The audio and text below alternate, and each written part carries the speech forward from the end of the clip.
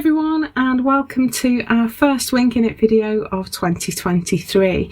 Now, if you're not sure what we're going to be doing this year, do go and watch my last live stream of 2022. I'll link it in a card above, where I explain our project for the year. We're going to be making a quilt on a garden theme, and this is based on a quilt that I made previously through a partwork series, but the garden theme is completely my own. So we are going to be taking a very different route to the things that we did last year. We're going to be working on blocks that are 20 centimetres square, and I've got mine here. It's a pure cotton, and I've chosen to use this yellow stripe. So if I bring it up, you should be able to see it's a sort of ticking stripe. It's one thick line with a thin line either side. And you can just see there that I've marked out a 1 centimetre seam allowance all the way around. And that is going to allow us to stitch our blocks together ultimately. And I've marked that in just because I don't want anything that I put on my block to overlap the border. So let me take you through the resources that I've got on my table. First of all, I've got my circle templates. You can just use some round things to draw around. I quite like these because they've got the diameter of the circle marked on, so I can keep a record of what size circle I've drawn. I've also got a pack of Bondaweb. Now this is a fusible glue. We iron it on and it's double-sided, so that's going to come in really handy. I've got some offcuts of some of the other fabrics that I've got in my colour theme for this project. I'm going to be using the same range of fabrics all the way through, so I've got those all ready and together. They're all cottons. That's going to work best for quilting. So I've got a red spot here. I've got my blue blender. It's a sort of floral blender that I really like. I've got a pale blue and I've got a green. And obviously that's going to sit on my yellow background. You're also going to need some threads that match the fabrics that you're going to use. So I've got a selection of threads here. I will tell you what shades I'm using just in case you're interested, but pick your own threads to suit the colour scheme that you are going to create. Now all my threads are anchor threads. I prefer to use anchor. I know they're not available everywhere in the world, but I find that in my experience they knot less and they are less shiny than DMC, and I prefer a more matte finish to my threads. So I really like these. It's my brand of choice, but use whatever threads you like. So I've got my blue here is Anchor 130. I've got my favourite shade of red, which is Anchor 46. It's a lovely sort of rich crimson red. And I've got Anchor 298, which is my yellow. That's a sort of buttery egg yolk yellow that matches my fabric. Then I've got a couple of shades of green. I've got a lighter green, which is Anchor 255. That is possibly my favourite anchor green. It's the one that I used for my Winging It book cover. And I've got a darker green thread, which is Anchor 258. And that's going to give me some contrast. So just a limited range of threads there, and we are going to create a floral block today. We're going to make some scrappy flowers cut from the offcuts of our fabric, and I thought this would be a nice bright colourful start to the year. It's very bleak and grey outside, and I thought this would brighten up our week. So that's where we're heading. I'm going to start by organising my composition. So I've got a heat erase pen here. I've also got some embroidery scissors. I'm going to need some paper scissors as well because we're going to be cutting Bondaweb, so I'll get those ready. And I've got my heat erase pen, and I'm going to just position my 3 flower heads. So these are going to be quite large circular flower heads. We're going to base these around concentric circles, and I just want to get the positioning right and the size right. So I want these to be harmonious but different. So I'm going to do 3 different sizes, and I'm going to rotate the patterns that I use. So I'm starting with a 62mm circle, and I'm just going to place that. I have made a template for this. It's available on our website. I'll put the address at the bottom of the screen. I'll link it below. There's a small charge, not very much, just £1 for the template. Just helps me to keep the channel running. So I've got a 54mm circle at the bottom there and a 70mm circle, and I'm just going to sketch in some stems. Now these will end up being erased because as we're ironing on our bonder web they will disappear. This is a heat erase pen. If you want to just do this job once, you could use a water soluble pen. That would work fine too. So here's my bonder web. It comes like this in sheets. You can buy it off the roll, and this is a glue that is fused to paper. So there's a smooth side, which is the paper, and a rough side, and that's the glue. And we're going to iron this onto our fabric, glue side down, and then we're going to cut out our shape and then flip it over, put it on our background and iron it again, and that will transfer the glue onto our backing fabric and will create a bond. Now it's fairly permanent on cotton, but I like overstitching anyway, so we're going to add some embroidery on the top. So my starting point is to draw my 3 circles, my largest circles, on the paper side. I'm just using pencil here. So I'm working on the smooth side, the paper side of the bonder web, and I'm putting in my 3 largest circles. I want a little bit of space between them just so that I can separate them, but they don't have to be miles apart. And I'm going to try and use my bonder web as conservatively as possible. We're going to try and minimise waste as much as possible. Now I'm going to use those circles to work out what size I need next. So I'm going to have 3 circles of fabric on each flower. So let's just number my circles so that we don't get tied up in knots. This is going to be my 2nd circle on the largest flower, so I'm going to label that number 1 as well. And then I'm just going to work out what size circle needs to go in the centre, and that will fit in this little space down here. So I'm going to draw around that and mark that as number 1. So those 3 circles are going to be 1 flower. So now I'm going to put in my circles for number 2, just working out sizing, and now my circles for number 3, and the smallest one will fill that gap. So I'm just going to roughly cut that out, and I'm going to start with my largest flower. So I'm going to roughly cut around the circles that I'm going to use to make that flower. You could cut them all out, but when I've done that, I tend to find that at least one disappears along the route and I have to redraw it. So I'm going to leave the ones that I'm not using on the sheet. So I've got the wrong side of my fabric facing up here. Some fabrics are the same both sides. This one's definitely got a right side and a wrong side. And I've placed the bonder web glue side down, so rough side down, pencil side up, onto the wrong side of my fabric, and I'm just going to iron that in place. It's quite a large circle, so I have to move my iron a bit, but you don't want to move your iron very much. I'm just going to hold my iron over for about 15 seconds and then lift it off, and that has fused the bonder web to the fabric. So I'm going to repeat that process with the other 2 circles. I'm going to use my light blue for the medium size circle on this flower, and you can see I'm tucking it as far into the corner there as I possibly can. And once again I'm going to hold my iron down for about 15 seconds. I don't have to move it at all this time because the whole shape fits under the iron.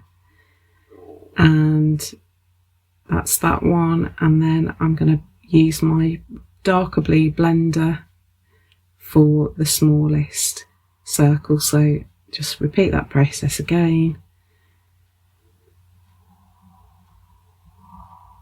And then we've got all of our circles. Now I'm using paper scissors because although I'm cutting fabric, there is paper there because of the bonder web. And now I'm going to cut precisely. So we cut roughly first and fuse the bonder web to the fabric, and then we cut it out precisely, and that will guarantee that glue goes right to the edge.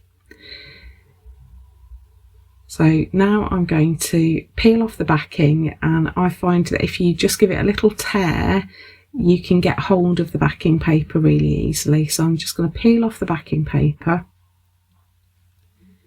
and get rid of that. It gets really static, so it sticks to you. Bit of a pain really. And then I'm going to position my flower over that largest circle. Now you can do all of this in a one if you want to, so you could cut out all 3 circles, but I think I'm going to get a better bond if I do it layer by layer. So I'm just going to repeat the process again. So now we've got glue side down, right side up, and I'm holding my iron over that piece for about 15 seconds again, and that remelts the glue and fuses our shape onto our background fabric. And I've been really careful there not to erase the other flower heads, although my seam allowance has gone. I don't need my seam allowance now. So now I'm positioning my medium flower. You could do concentric circles. I think I'm going to offset mine, so I'm just going to move it closer to one side than the other, and then I've fused that down, and now I'm putting on my smallest circle and I've fused that down as well. So I'm going to add the other 2 flowers, and then we'll come back and look at the next stage.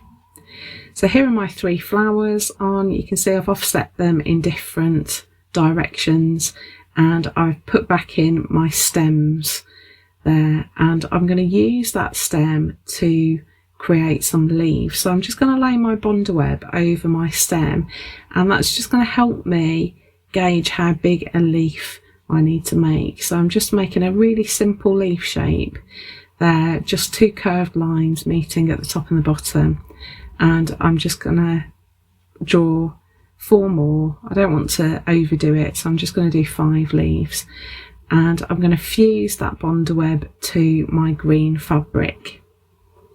Now these can be very close together because you haven't got to separate them before you fuse them onto your fabric. So I've just done it all as one piece. So I want a little touch of green, but I don't want it overdone, and I want to stick with odd numbers as well. So I've got 5 leaves there, and then I can cut them out really precisely. It's still quite hot, and I find it works much better if you cool it down, so I'm just waggling it about there just to cool down the bonder web before I cut them out. So we just cut around those edges, and I'm keeping every single scrap that I cut away because we don't want any waste. You never know when we're going to be able to use them later on in our project.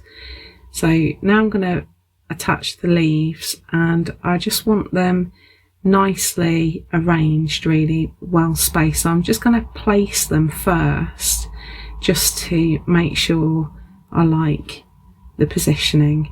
So I want some going to the right and some going to the left, and the 2 larger flowers I'm going to put 2 leaves on and just 1 on that smallest flower. So I think I like that arrangement. I'm going to press them into place, and you can see I've put the stems back in again, and that's going to give me a guideline. We're going to add some embroidery now. So I've got 2 strands of my darker green, and I thought it'd be nice to do some chain stitch. We can explore chain stitch. I will link a video giving a tutorial on this at the top of the screen, but I will demo it. So I've brought my needle up to the surface of the fabric, just at the edge of that flower, and I've looped my thread around, and I've taken my needle back in where that thread came out. Then I've moved along a little way and brought my needle back up inside the loop that I've created. So I've made sure that as I pull through, my working thread catches the loop and creates a sort of chain link. So now I've taken my needle back in at the same point that the working thread comes out, inside that first chain link, looped it around, hooked a little bit of fabric. So I'm making my stitches about 1/2 centimetre long. So hook a little bit of fabric, make sure my needle's coming up inside the loop and pull through, and that loop catches on the working thread. And the key to getting a good finish with this stitch is to try and keep each chain link the same size. So we're trying to work as evenly as possible. Now, you could do this really quickly. I can chain stitch much faster than I'm doing here. But what I'm trying to create is a beautiful heirloom quilt. And so there's no rush. I can take my time, get a really beautiful finish that I'm going to be pleased with, and it's not meant to be stressful or a rush. This is something that you can do over the course of this week, just a gentle bit of sewing, trying to get the best finish possible. You can see there that it's really worth taking your time. If I bring it up, you can see how those stitches are linking together and are really evenly sized. So it really is worth taking your time to get this right. So I'm going to stitch the rest of the stem, and then we're going to add an extra detail. So this is basic chain stitch. You could just leave it at that, but we are going to do a chain stitch back stitch combination.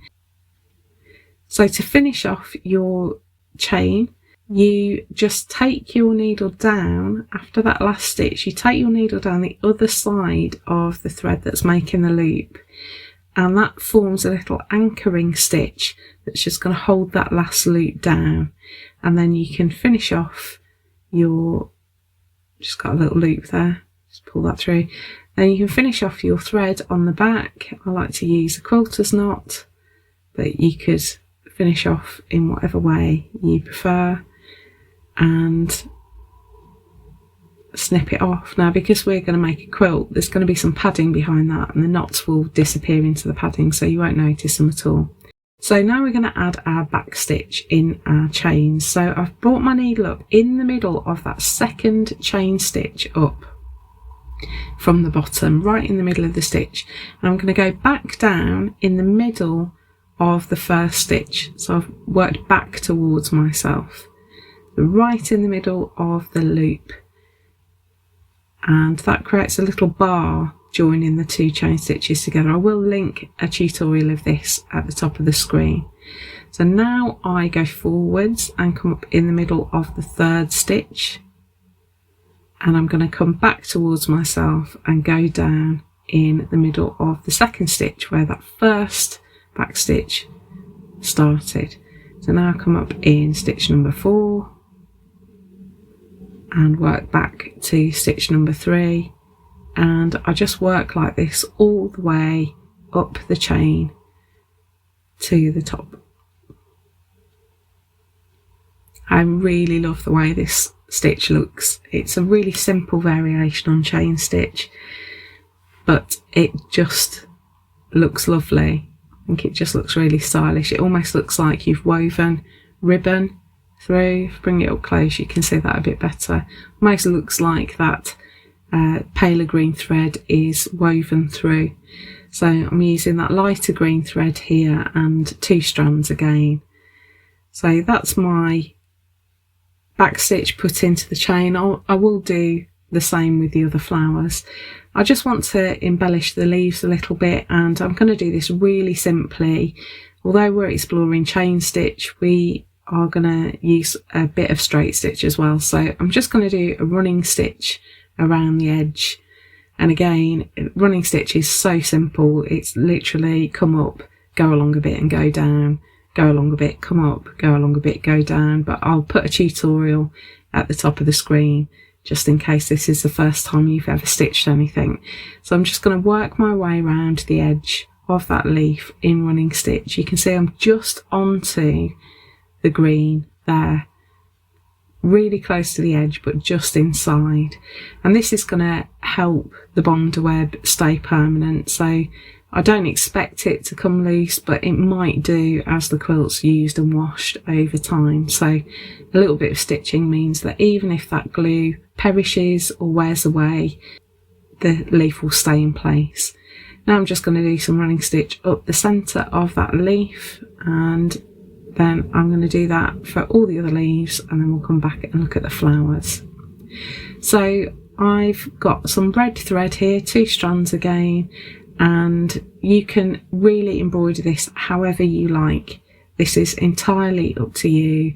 You can use stitches that you prefer, you could match the threads to the colours, or you could vary them, you could do a different set of colours. It's entirely up to you.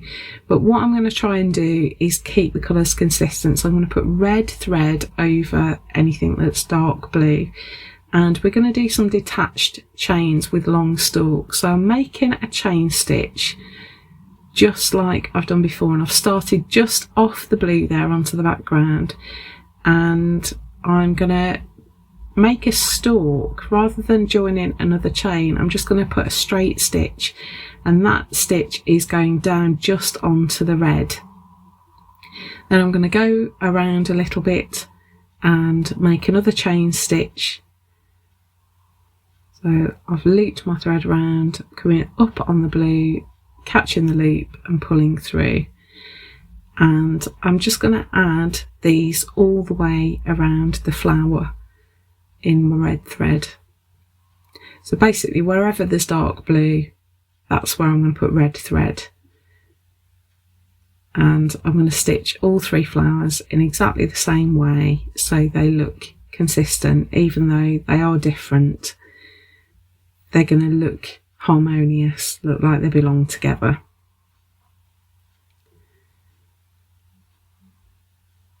I'm just going to put a few more of those in just so that you can see what I'm doing. So as I'm moving around the circle, I'm angling that straight stitch to follow the angle that I'm working at. So we're just going all the way around, and I want these stitches to look like they're radiating out of the flower from the centre. Now when you get to the wider bits, you might find that your straight stitches are quite long and loopy, and if you're concerned about that because this is going on a quilt that will be used, you can just add a little bit of an anchor stitch. It's the sort of couching stitch by bringing your needle up, going over the top of the thread and down the other side, and that just puts a little stitch in there over that very long stitch that's going to just make your stitches more secure as the quilt is used. So I've done that all the way around, and now I'm going to add something in between. So wherever I've got red fabric, I'm going to use yellow thread. I've got 2 strands again, and we're going to repeat the process. So I'm going to do another set of detached chain stitches, working from just outside that red circle just into the blue. Just making sure my needle's going in at the right point there. I'm bringing my needle back up on the red inside the loop to form the chain, and my straight stitch is going to go all the way onto that pale blue.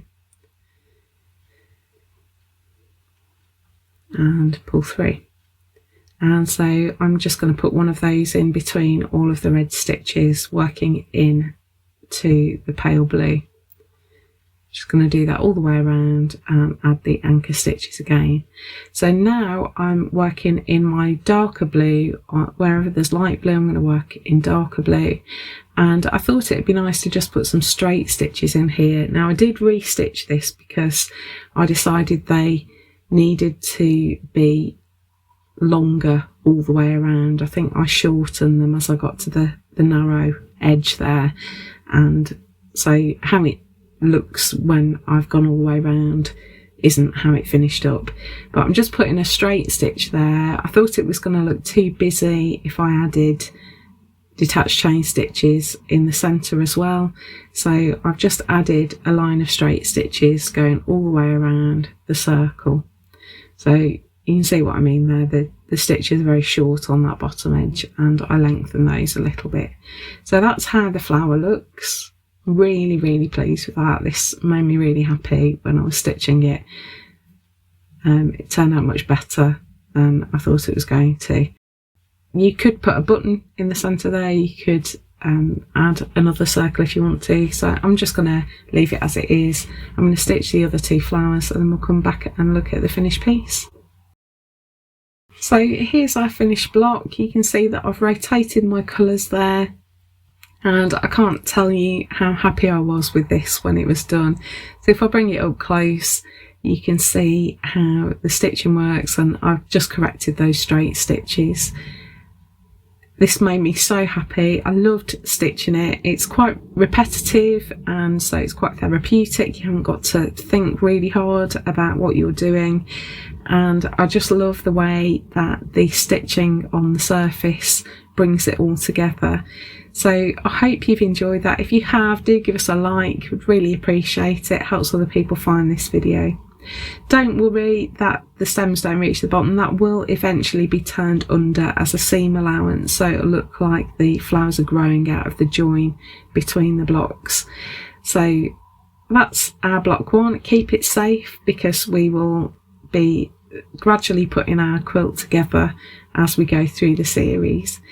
Can't wait to see your interpretation of this. Do share your versions of block one at hashtag FSH23quilt, and so that we can see all of these blocks together, you could also add hashtag FSH23quilt1, and so that will put all our block ones together in one place so you can see what everybody else has done. Thanks so much for watching. I hope you've really enjoyed this. If you want a similar project, you can click here. I'll put a video up here that's best for you, and if you want to subscribe, click on our button here, and that way you won't miss any videos.